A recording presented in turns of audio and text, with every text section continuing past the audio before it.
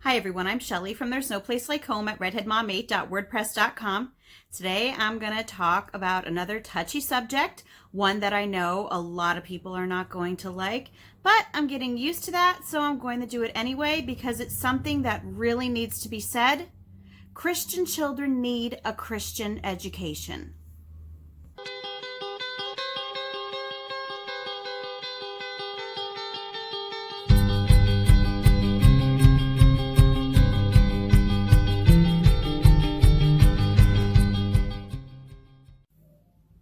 All right, I realize that if some of you have been here before, you probably know that I have talked about this a couple of times, but it's really something that I felt led to talk about again because I am seeing things spiral out of control in the public school system, and we still have over 90% of Christians sending their kids to the public education system.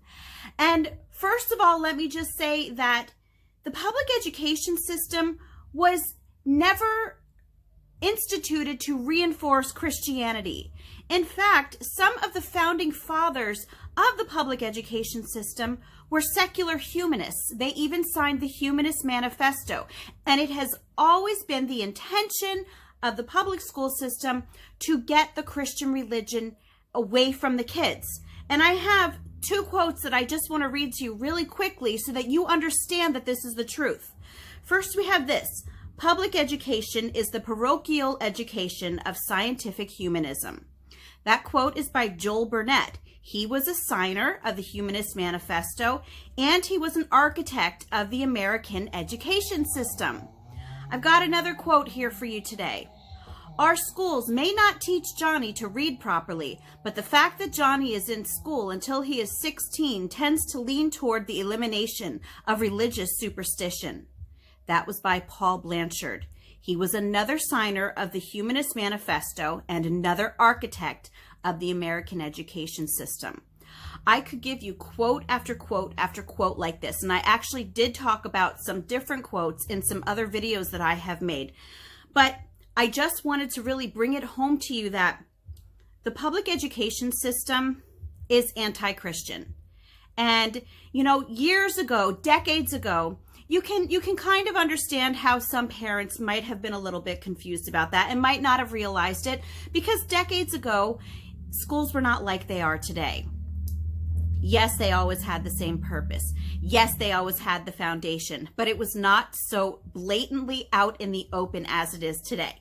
So decades ago, you still had prayer in school. You know, you could still mention God in school. You still had positive moral values being taught in schools, and that was reflected in the curriculums that were being used at that time. That is not so today. There are kindergartners being taught really, really disgusting lessons on human sexuality in their curriculums in school. And a lot of them are from Common Core. Kindergartners. And you know, it's not just that. You have all of these other curriculums that are presenting students today with concepts that completely turn our Christian morals upside down. So a lot of the things that the Bible clearly says are sinful are being presented in the school system today as being completely normal. And you know what? I know that there are a lot of parents out there who they overlook this stuff and they say, well, you know what? I understand that this is going on in the schools, but when my kids come home, you know, I talk to them about it and I tell them, you know, I go over the Bible with them, I go over God's word, and I kind of counteract what's going on in school. And you know, that is a good start. But you know, I have to point out, kids are in school for 7 hours a day, 5 days a week, 36 weeks a year. So I don't know how much time parents actually have to run interference with this, you know, because not only are kids in school for 7 hours a day, you know, there are after school programs, there's homework, extracurricular activities, dinner, chores. The list goes on, especially in this day and age where kids are completely overscheduled. How much time is actually left over? I'm going to say probably not a whole lot. And you know, there is a verse in the Bible that says that a student is not above his teacher. What your kids are being taught in school, whether it is through the curriculum or through the teacher's own opinion, because yes, that gets thrown in there a lot. That is who your child is going to grow up to be like. A student is not above his teacher. Now, I want to point out here really quickly before I forget, I did write a blog post about this. I just finished it like 30 minutes ago. And I have a lot of verses in that post if you wanted to get a deeper look at where some of these verses are coming from. And, you know, I'm just kind of saying them out of memorization. So if you want a closer look at this, I will leave the link to my blog post in the description box below. But you know what? This is something that I think a lot of Christian parents need to start thinking about, especially in this day and age, especially as you can see how bad things are getting. I am astonished at the number of parents who are still sending their kids into that environment, and they are still acting like it's the most normal thing in the world for their kids to be there. And I know there are parents who say that they send their kids to school to be salt and light. And again, that is another noble undertaking. But there are some things that we have to talk about with that. First of all, when Jesus was talking to his disciples about being salt and light, he was referring to adults. He was not talking about children. Children need time to grow into their faith. So putting them into a situation where they are surrounded by unbelieving children and adults is likely going to backfire.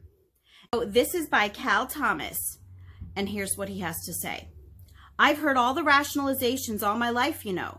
I want my child to be an ambassador for Jesus.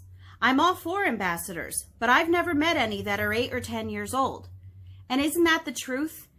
Children are not ready to be ambassadors when they are first growing into their faith. They are very, very often still immature, still unsure about these things, and they are they're easily influenced. What else does the Bible have to say? You know, that's another thing. Parents want their kids to be a light for others. And again, very, very noble. But the Bible tells us that bad company corrupts good morals. If you are sending your child into a school filled with unbelievers who a good portion of them are probably bad influences, think about this, and I've used this comparison before, and I've actually adapted one that is in Israel Wayne's book, Education, Does God Have an Opinion? You can actually check that book out if you're interested. But here's an adaptation of a comparison that he made. If you have one good potato and you throw it into a bag with a bunch of bad potatoes, a bunch of rotten potatoes, is that good potato going to turn all of those other potatoes good? Or are those bad potatoes going to turn that one good potato bad like them? I think most of you know the answer to that. And we really need to tread lightly in this area. Children need to be brought up in the knowledge of the Lord, and that is not happening in schools. Children are being influenced more by their teachers than they are by their parents. And is it any wonder? They are with their teachers very often more than they are with their own parents. And you know what? Voddie Baucham, and I've got to tell you, if you have never watched his Children of Caesar video, that is something that I honestly believe that every single parent, Christian parent, should watch. Whether you homeschool your kids, whether you send your kids to Christian school, or whether you send your kids to public school, you should watch Voddie Baucham's Children of Caesar, because all of those families can get something out of it. The first two groups, the homeschoolers and the ones in private Christian school, if anything, you will be even more convicted to do what you are already doing and to stay on the path that you are on. Those parents whose children are in public schools might understand what the Bible actually has to say about education, because that is something that a lot of parents think that education isn't mentioned in the Bible. And education is mentioned in the Bible. Very often it is talked about as training. Now, are schools talked about in the Bible? Of Of course not. There were no schools in biblical time. So why would schools be in the Bible? But education and training are in the Bible over and over and over again. And, I think it's so important that we remember that the things that are going into our children are the things that are going to come out of them. That saying, garbage in, garbage out. We as parents, God has given us the responsibility to train up our children in the way they should go. That includes their education. And, Voddie Baucham, I'm going to talk about him again because this is something that I think a lot of parents don't think about. If we continue to send our children to Caesar for their education, we need to stop being surprised when they come home as Romans. If you are sending your children into a secular humanist setting for 7 hours a day, 5 days a week, 36 weeks a year, you should not be surprised when they turn from their faith when they are older. They have had far too much influence in the other areas. It shouldn't be a surprise at all. And, the one thing that I think that a lot of us don't remember is that, I'm going to say it again, God gave our children to us. And so often we tend to look at the government as being more in charge of our children than we are. But that is not the case. That is where, as Voddie Baucham says in his video, Children of Caesar, he talks about, how parents will say, but who oversees your curriculum? And is this even legal? And this is all coming from a place where we look at our children more as being wards of the state than as the children that God gave to us. And, there is a Bible verse that says, render unto Caesar what is Caesar's, and render unto God what is God's. So this is something that you really need to think about. Do your children belong to Caesar, or do your children belong to God? The choice is up to you.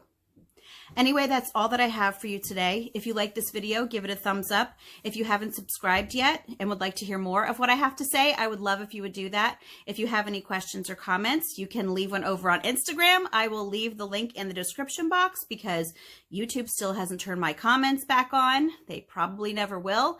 And if you like my work and would like to support me on Patreon, I will leave the link in the description box for that as well. And I hope you have a great day.